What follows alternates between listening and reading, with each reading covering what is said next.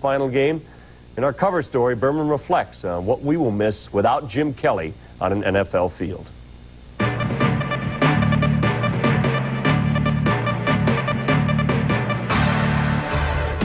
Jim Kelly was first and foremost a warrior. You knew that because he was the trigger man for a Buffalo Bills team that refused to take no for an answer. You knew that because he dealt with defenders head-on. You knew that because his Western Pennsylvania roots were so similar to those of the citizens of Buffalo, a blue-collar city whose work ethic and simple values like loyalty Kelly epitomized on the football field. As a quarterback, he was part throwback like Bobby Lane, part freewheeler like Joe Namath, part gunslinger like Dan Marino. But every part of him was tough. On the football field, I'm a linebacker in a quarterback's pads. When you see me throw an interception, you see me want to take the guy's head off too. So I just love the game of football, period. Joe Paterno actually saw Kelly as a linebacker when he tried to recruit him. But instead, Kelly went to a then downtrodden program at Miami. He threw 32 touchdowns for Howard Schnellenberger's Hurricanes as he began their rise to prominence that they still enjoy today. It culminated with his being the third quarterback of 6 drafted in the first round from the celebrated class of 1983. Buffalo selects quarterback Jim Kelly, Miami of Florida. But the Bills and the NFL would have to wait as Kelly machine-gunned his way with the USFL's Houston Gamblers, throwing for an almost obscene 9,800 yards and 83 touchdowns in just 2 seasons. Then in 1986, he was greeted as the Messiah when he finally came to Buffalo, a city star for any kind of winning football.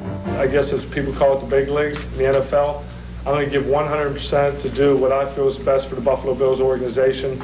The Bills were 2-14 the 2 years before he got there. But in Kelly's third year, they played in the AFC title game, and in his 5th, they were in the Super Bowl.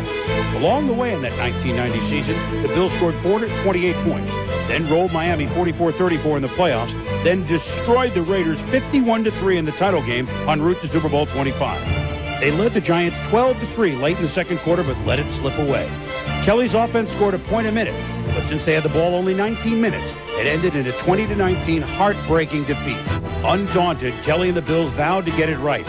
Week 2 of 1991, he threw 6 touchdown passes against his favorite boyhood team, the Steelers. Again, the offense was ranked number 1, this time scoring 458 points. But the Skins were way too tough in Super Bowl 26, and the Bills ended another fabulous season the wrong way. In 92, the Bills became only the 3rd wildcard team to ever make the Super Bowl, adding to their legacy. But Kelly re-injured his knee in the second quarter against the Cowboys and was long gone before the Bills were a goner in Pasadena. One more time, Buffalo circled the wagons and made it to another Super Bowl and actually led Dallas at the half. Super Bowl 28 would end the way 25, 26, and 27 did. Who knows? If Scott Norwood's field goal was good against the Giants, the Bills could have been at least 2-2 in Super Bowl. But despite the 4 losses, they won respect. I'm very proud of what we've done. There's no team would ever go 4 Super Bowls in a row, and it's just not that. It's being able to stay tough enough to be able to do that. Tough.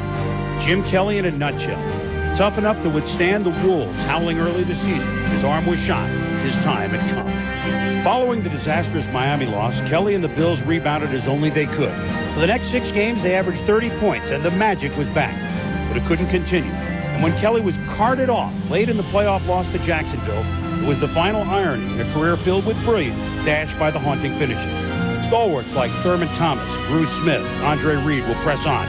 But when close friend Kent Hull announced his retirement, a part of Kelly told him maybe he should too. As he told me this week, he's able to walk away on his own terms, the key phrase being walk away. 2 weeks before his 37th birthday, knowing he's had fun with and put his heart into every game he's played since he was 8. 39,000 yards and 258 touchdown passes in the regular and postseason. His numbers are good enough for Canton. His toughness is good enough for the Smithsonian.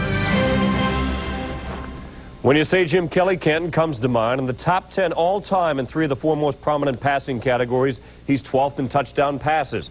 Add in his nearly 9,900 passing yards and 83 touchdowns in the USFL. Kelly would rank 3rd all-time in both scores and yardage. Then again,